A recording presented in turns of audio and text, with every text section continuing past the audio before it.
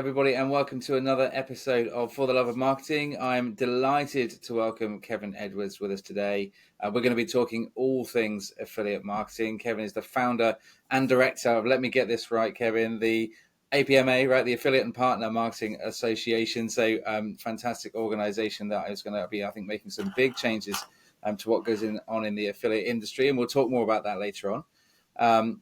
But yeah, affiliate marketing is such a fantastic channel, and I think a hugely neglected channel. So I'd love to talk a little bit, and it can be a bit of a dark art as well sometimes, right, Kevin? So let's have a little chat about that. How are you today? Anyway, how are you doing on this Friday? I'm very well, thanks. Been very busy getting everything ready for the APM launch in October at the end of this month. But yeah, I'm good, thanks. How are you? Yeah, all right, not bad. The weather's pretty good. We've got a weekend coming up. I'm not complaining. Get the last bit of the sun in before we get the run into Christmas, right? So Yeah, I mean we're already in Q4, right? So. We are, yeah, crazy. Where's that year gone? Anyway, let's talk about affiliate. So yeah, for affiliate marketing, I mean, I've been working in it myself for most of my career, I would say, so 20 odd years, and I'm sure you're there or thereabouts, if not longer. And we won't have to judge your age, don't worry, but some decent amount of time. Anyway, Kevin, let's just go with that. It's I think a fantastic channel that for me has delivered some incredible results, and it's turned businesses that were doing okay into businesses 2 or 3 times that successful from launching that strategy in the space for me over the years. What is affiliate marketing though, Kevin? And partner marketing? We're talking affiliate and partner marketing association. So what is it? Tell us what it all is. I mean, it's sort of a bit where do you start with it? Because it is kind of everything, really. I kind of always refer to affiliate as kind of effectively being like digital marketing in microcosm, because affiliate marketing can be anything. I think that where maybe some channels are obviously defined by what they actually do. Email marketing is defined by the fact that emails are sent. Whereas where I think that people don't necessarily connect with affiliate is that it's based around really the one thing that they all have in common is that they're paid on a performance basis. So if you can make the activity work to a performance basis, and that's typically a cost per acquisition, then it can be affiliate marketing. So that means it can be email marketing within affiliate. It can be cashback, voucher codes, it can be social, it can be price comparison, it can be paid search, it can be all of those things and many more things. So really it's important to consider that it's kind of really defined by the payment metric rather than the activity that's taking place. Yeah, I think it's a great way to put it. And I've done a lot of work in the comparison site space myself. And as you say, thinking about affiliate marketing, that can be, I've had some great success with finding just fantastic blogs out there and working with them in the affiliate relationship. You can get a significant amount of volume out of the big brands, or the super affiliates, if you like, but the networks can open you to such a broad audience, but at a cost. So you've got to do that really, really well. And those who have built really strong email marketing lists that give you, again, an opening to a new audience. I mean, I find that one of the greatest things I like about affiliate marketing is how much control you have over the performance numbers, I suppose. So where you think about social media or Google ads, right? You can do your research, you can use your data, you can be hugely scientific, very highly targeted. To some degree, you can put the right messages out there. You can have a fantastic strategy, but you can't control the CPA. You can't control what it's going to cost you to bring that lead in. That's arguable, but you cannot directly control it. Whereas with affiliate marketing, I find there's so much control to say, we know what a customer is worth to us, and therefore we can go out and we can pay exactly that amount when we get a customer, and boom, that's it. We know that we're always delivering the right margin that we need to deliver on our acquisition. Would you agree with that, or do you have anything you'd add to that? Yeah, I mean, it's important to state that like affiliate programs are always on. It's not like it doesn't tend to be short campaign-led stuff where you'll go, we'll do this for 6 months and then we'll kind of assess and then we'll switch to something else potentially. So affiliate programs have been running, for certainly big brands out there. Some of them will have been running affiliate programs for 20 years continuously. And obviously over that time, they ebb and flow, they change. They're kind of like very organic. You will get new business models coming in. You'll get some businesses that sort of, shrink, and that can be based around kind of what's happening outside of their control, like Google algorithm changes, etc. Or it can be, just because they move on to do something different, new technology comes in, new business models emerge. But it means that you're constantly looking at how you are getting sales from these different publisher models, but also how those different publisher models are driving different types of customers. Mm. And for the more sophisticated programs where they have greater data availability and they're looking at things kind of like more holistically, then they will be using that data to optimize their commission rates. So yes, on an unsophisticated program, or maybe a program that is sort of fairly small scale, maybe running one commission rate, for example. Commission is the thing that's obviously paid to publishers for generating sales. Whereas a more sophisticated program will be offering a whole different range of different payment metrics. They might be offering higher rates for certain publishers continuously or at certain times based around kind of ad campaigns that they're running or promotional periods that they're running. I suppose a good example of that would be in the telco sector. So they are continuously working with like different price comparison sites within the telco space. We're familiar with those sites where you go on and you're comparing different rates and different package, different contract lengths and the different rates that you get. And a lot of that will be those publishers will be speaking to the brands about running promotional windows, promotional periods, and they will be getting different rates based around the scope and the level of activity they're doing. So it isn't just sort of like a very linear, you pay us one rate for doing one thing. They will be built, affiliates now and publishers now have become very multi-channel in their approach. So they will very much go in and sell a whole package of promotional activity, solus emails, being featured across their social channels as well as on site, homepage takeovers, all of that kind of stuff. So they'll be offering, and they will effectively be bundling that up and saying, for this amount of money, this is the kind of multi-marketing campaign that you're going to get with us. So they publishers now, certainly those large publishers, do run activity in a very kind of sophisticated way that kind of takes that into account. Yeah, and it's worth looking at budget dependent on where you are. It's worth looking at I guess sweating the your publisher as hard as you can. I suppose if you're looking to get your brand out there, what else can you do? I mean, there've been plenty of negotiations I've had with people in the past where just on a very simple level, if you're looking to get onto a listing of services, a listing of brands on a popular website, which is not quite the comparison space, so it's a much simplified version of the price comparison space. How do you push yourself to the top of that listing? What do you need to pay to get to be number one? Because that can make a significant difference. That can be 80% of the traffic from that page. So you don't relax into, okay, great, I've got listed there and I've set a price I'm happy with. You might be able to increase that volume tenfold by negotiating about that. And as you say, things like homepage takeovers, and if they're doing a newsletter, how do you get yourself featured in that on a semi-frequent basis? So I think pushing that relationship as hard as you can is important. If someone's not playing in the affiliate space at the moment, where should they start? What's the sort of entrance level for them to get going with affiliate marketing? Where should they be thinking? What should they be thinking about doing, and how do they get going with it?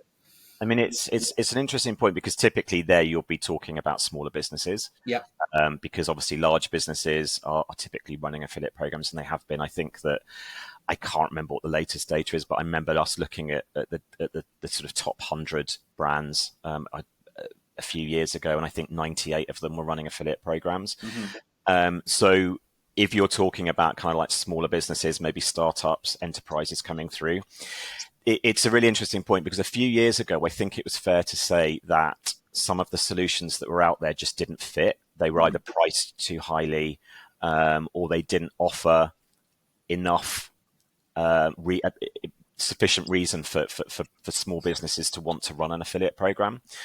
But what's actually happened over the last couple of years is a combination of a couple of things, really. I think one, the diversification of the affiliate base has happened in that now there are a lot more publishers out there that smaller businesses can tap into. They're not necessarily competing against the big guys for their attention. But also there have been some low-cost solutions that are out there. So, I worked at AWIN, which is the largest affiliate network in Europe, until February this year. And I was part of the project that they were launching, which is their kind of low barrier to entry product called A1 Access. Other low cost barrier to entry solutions are available. And that is very much premised on understanding what an SME might be very time poor. They might not have very much money. So, it was designed, and this isn't uncommon to A1 Access, but it was designed based around things like short contract periods, low barrier to entry in terms of cost, but then about how you offer support, but that isn't necessarily service, if you see what I mean. So, how you can offer layered ongoing support through advice and nurturing where the revenue that is being made by the network doesn't justify an account manager, but that doesn't mean that you can't offer like good ongoing support based around their specific needs. So I think that that has become a lot more embedded in the affiliate industry now. So it is easier for SMEs to get involved. I think that we have to be realistic about it. The affiliate channel is still quite a manual channel. I mean, obviously, everybody is looking at things like AI and automation across the board, regardless of sector, how you can drive efficiencies through that. And the affiliate channel is no different to that. But it is still quite a relationship-based industry, which is both a good and a bad thing, because, it means that you do have to free up time, and it's a time investment. You're not necessarily going to lose money, but you might lose your time investing in something that potentially doesn't work. But I think if you go into it with the understanding that you are going to have to allocate some time on a weekly basis, there are kind of admin tasks that you need to do on a weekly basis, that if you kind of have an understanding of that, then actually it's, as I say, it's very low risk now. So if you are an SME, I mean, just literally kind of do some sort of research on Google, looking for like SME low barrier to entry affiliate programs in the UK, and you will find, as I say, like a raft of solutions that are available. And typically the companies that are offering these are affiliate networks. And they will make, they will have plenty of content on their site. I know, I mean, when I worked at A1, I wrote a small business guide, which basically kind of explained how to embark on that journey, and the kind of things, the pitfalls you need to be aware of, the things you need to look out for, because it can be quite scary. I mean, I always say that the affiliate channel isn't complicated, but it can be very complex in that, all of a sudden you launch this program and you go into the interface, and within a week you might have 120 publishers, or 500, or 1,000. If you're a larger brand, maybe 1,000 publishers that have applied for your program, and you're like, God, what do I do with all of these sites? Yes, I can find out more information about them, but who do I allow on to promote me? Who do I reject? And what are the reasons that I'm behind that? Am I going to risk rejecting somebody that is going to potentially be my next big sort of publisher that's going to drive sales? So it's navigating that, as I say, that is quite time consuming. I think that some networks are now, coming back to the AI point, they are using things like AI and machine learning to hopefully allow brands to make quicker decisions. So based around things like recommendation engines. So, you might be selling a certain type of product and you might be interested in a certain type of thing. Therefore, here are a series of recommended publishers for you. We're kind of at the foothills of that technology. I wouldn't say that it is brilliant technology at the moment, but that's very much the direction of travel. Again, helping brands who are time poor to make shortcut decisions. But I mean, I would say that, as I say, because those low cost solutions now exist, it is one thing that I would definitely say to SMEs, kind of investigate. And if you feel that you're ready to go for it. And if in 3 months' time it's not working for you, you can just kind of walk away, and there aren't any, with very little kind of negative impact to your business. Yeah, I think that's a great point. I'll ask you one question. So you mentioned in there that as you say, there can be a lot of publishers that come in and want to be part of your program, and you have to look at those and try and make a decision about whether to work with them or not, and that can be a hard thing to do. If someone is struggling with that problem, what advice would you give them on how to pick the right people? Well, as I say, affiliate can be is a microcosm of digital, really. So I think having a clear understanding about what types of affiliates you want to be featured on their site, or using their activity, having a clear understanding about what you want your affiliate program to do. And for startups, it might simply be, we just want to drive as many customers as possible. If you're interested in driving only new customers, you will potentially want to understand what type of activity is driving newer customers rather than repeat customers, because you're having to pay, or you should be paying, a commission regardless of whether it's a repeat or a new customer. You might offer different rates, but you should be looking to reward that activity. Networks will, again, I can only really speak from an AWIN perspective, because I worked there for 16 years, so I'm kind of familiar with the tech. But AWIN's over the years built out profiles for publishers. So in theory, you might say, do you know what, I'm quite happy to work with cashback sites. I don't want to work with voucher code sites. I want to work with social media, and I want to work with email, for example. And you basically can go in and kind of hit those radio buttons. And then that provides a visual cue, obviously, to publishers as they're coming through as to whether they're likely to be approved. All good networks should offer you the ability to vet your affiliates and your publishers. So you might decide to have you don't have to do this if you want everybody to join and just sort of like go for it. But typically, obviously, brands want an element of control. So you will probably have a manual approval on your program. So publishers can see your program and apply for it, but they're kind of effectively in a holding phase until you decide whether to approve them onto the program. One thing I would say to that is try and do that in quite a time. Try and do those approvals in a really timely way. A real bugbear of publishers is, it might be a publisher sees an opportunity then and there to promote you, and then they apply, and then they're literally sat there for a month waiting. And in that time, they found somebody else, they've gone elsewhere, or the opportunity has gone. So whilst you might reject someone, try and do it in a really timely way. It's one of the standard recommendations. Make sure you're doing your affiliate approvals, if possible, on a daily basis.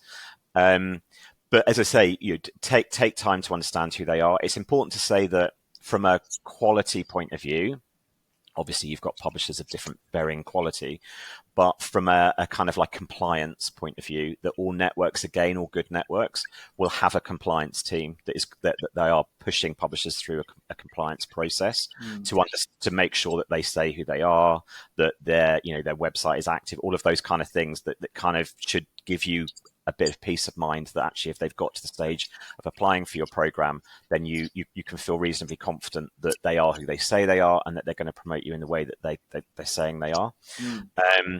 But it in a sense, it's quite a nice problem to have if you've got like a ton of affiliates that want to promote you. And unfortunately, it does really come down to the time you put into it. As I say, it might be that if you just see like a 50% of the people that are coming through are, I don't know, it's saying they're going to promote you through social channels, and you decide, you know what, I don't want to go down that route, then that gives you a very obvious flag to not want to work with that cohort of publishers. Typically what you find, as I say, if you're starting new, is you're just kind of open to opportunities. And I would say be as open as you can be.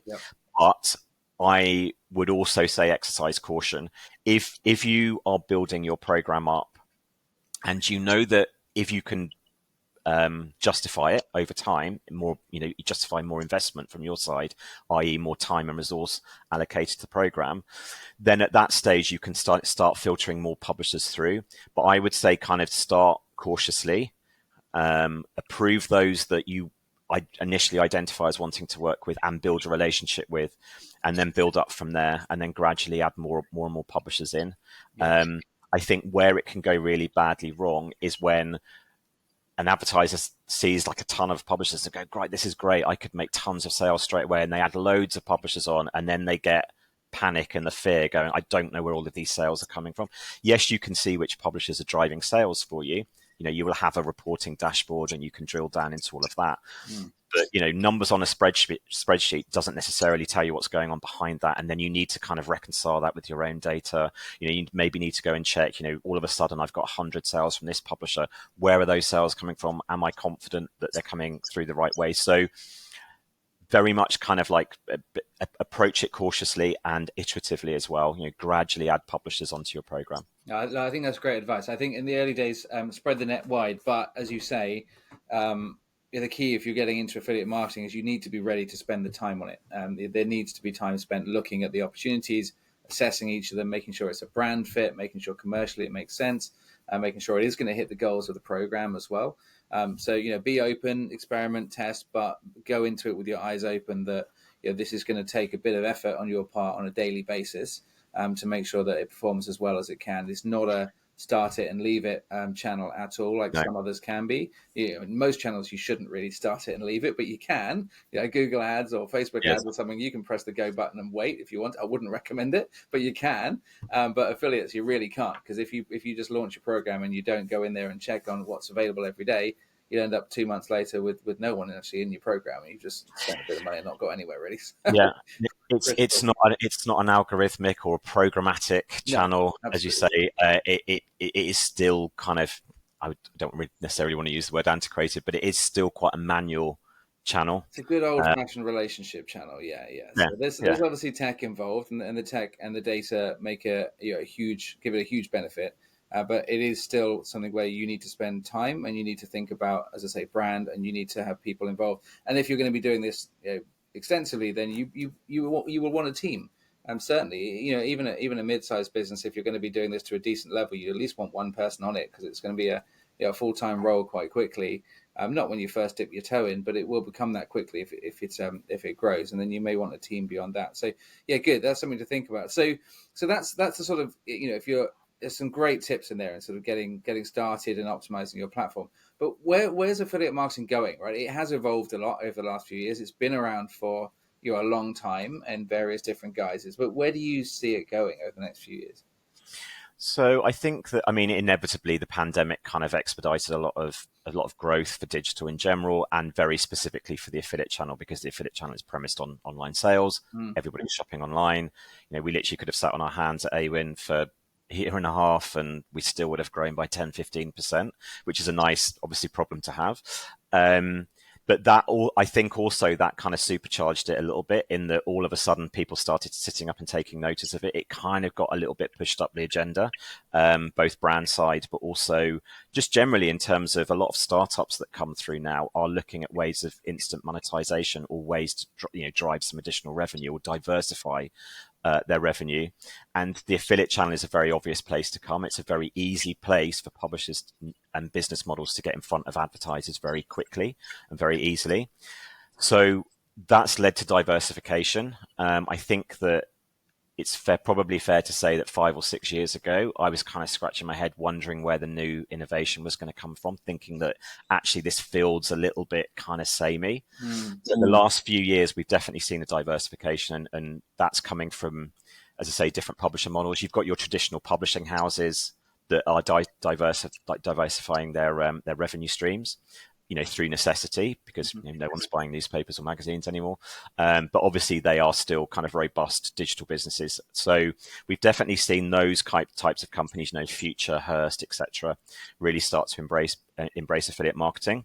They kind of dipped their toes to begin with in a more kind of like plug and play way, but now they're investing in teams internally to build out kind of a lot more kind of advertorial, or where they do have editorial, putting monetized links within it. So we've definitely seen that, I would say, over the last sort of 4 or 5 years.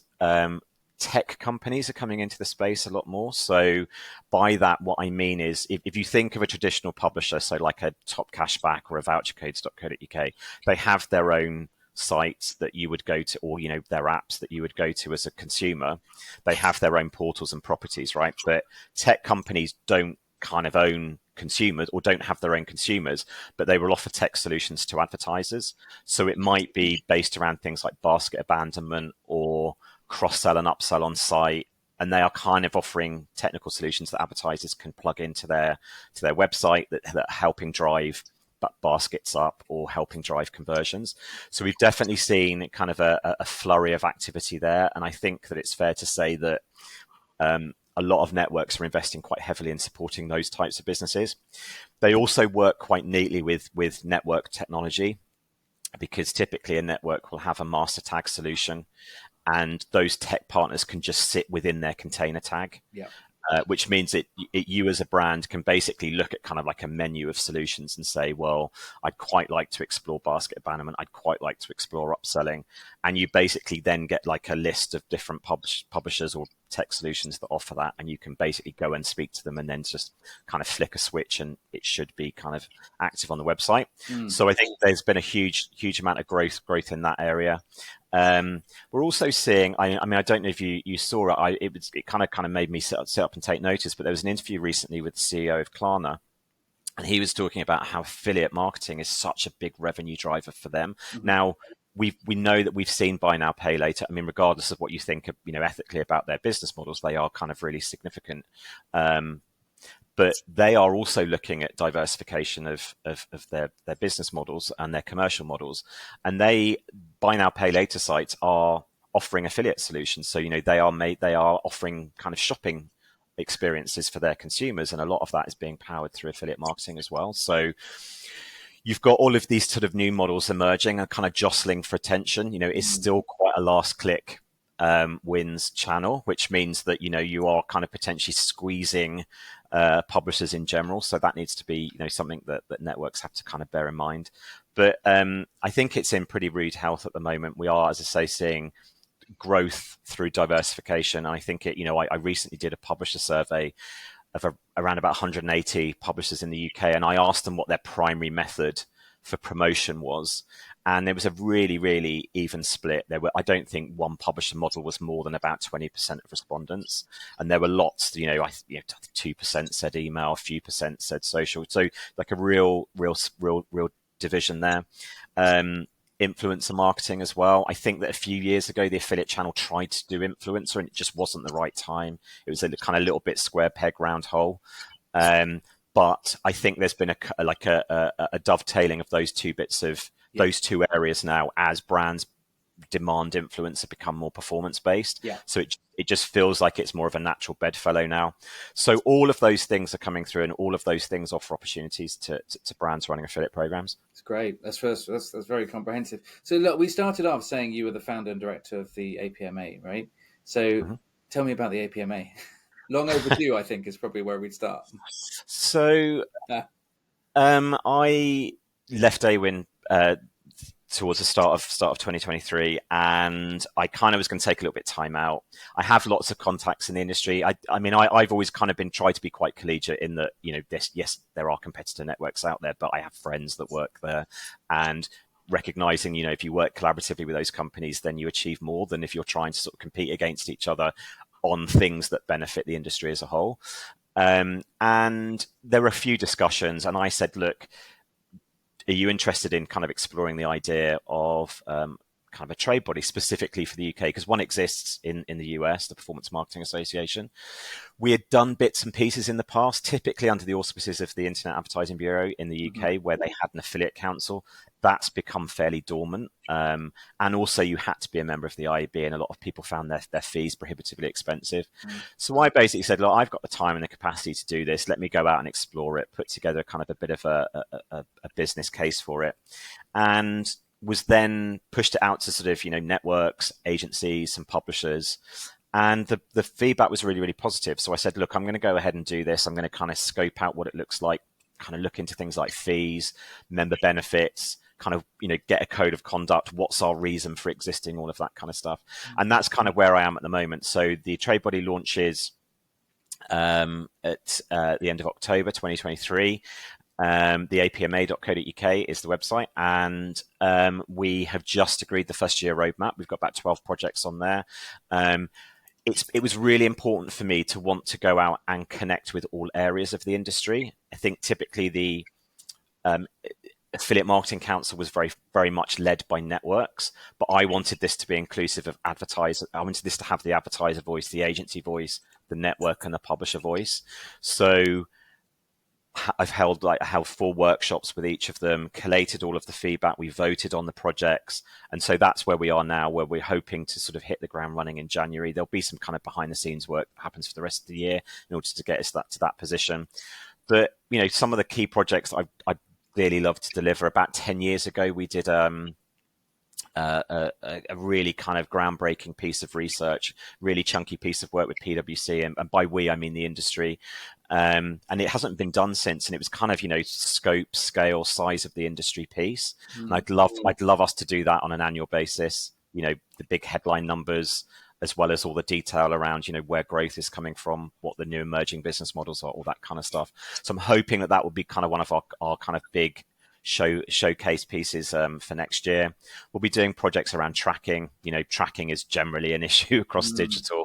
It's potentially like quite an existential issue. So we'll definitely be doing some stuff around tracking, raising awareness of it, talking about affiliate tracking specifically. Payments is a big pain point for a lot of people. Cash flow that's coming through, educating people about why it's important to speed up payments. And just generally kind of PRing and promoting. Trade Body can do a ton of different things, and I'd love us to do as many as possible. But realistically, with the resource that we've got, we're going to have to be sort of fairly honed and fairly focused. Yeah. But yeah, so I'm kind of excited, but quite nervous, quite trepidatious about how it's going to go next year. It's only going to be as strong as people's contributions, because, I very much push back to members that, the expectation is that they get involved, they help lead the projects, they help define and shape the projects, with support from the APMA. And yeah, so kind of watch this space. Hopefully, as I say, we'll build up some really good momentum next year. That will help drive additional memberships, and then from there, obviously, the more money that's coming in, the more that we can do.